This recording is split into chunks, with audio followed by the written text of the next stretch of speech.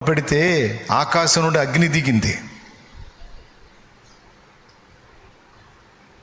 మోకాళ్ళుని మొర్ర పెడితే 3.5 ఏళ్ళు వర్షం ఆగిపోయింది. ప్రభువా అని కేకేస్తే చచ్చినోడు పిల్లగాడు బతికాడు.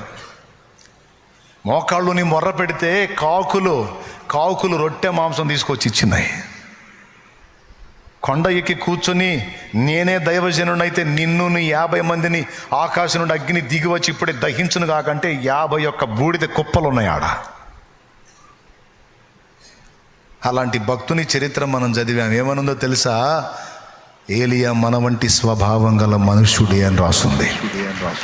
ఇలాంటి శక్తివంతమైన కార్యాలను చూసినటువంటి ఏలియా, చూపించిన ఏలియా నీలాంటి నాలాంటి స్వభావం గల మనుషుడే.